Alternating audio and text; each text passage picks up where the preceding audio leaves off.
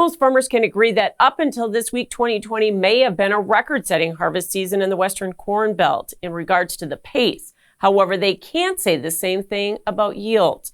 I headed to the field to see how the late season drought impacted corn production.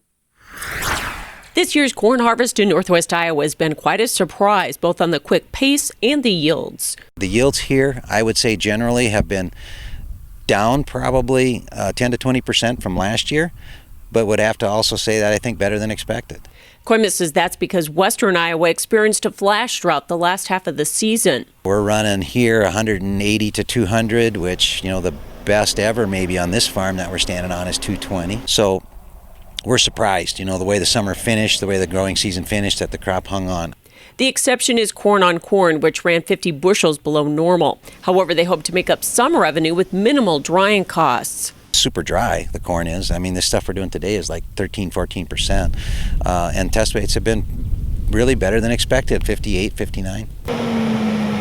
In east central South Dakota, Don Shire says they're also pleased with their corn crop.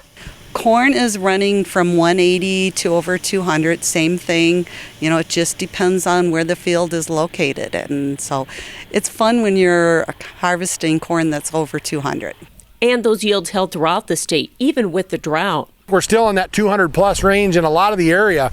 And again, with being able to harvest 90 plus % of the field, a farmer's field average is going to be very, very strong compared to the last couple of years. Shire says the corn is also much drier than last year, but standability is an issue. This field today that we're in, it's at 14. That corn had to take the moisture from someplace, and it took it out of the stock. And another big contrast from 2019 is better market prices. We kind of did some pre-selling. Wish we had more to sell because prices are going up.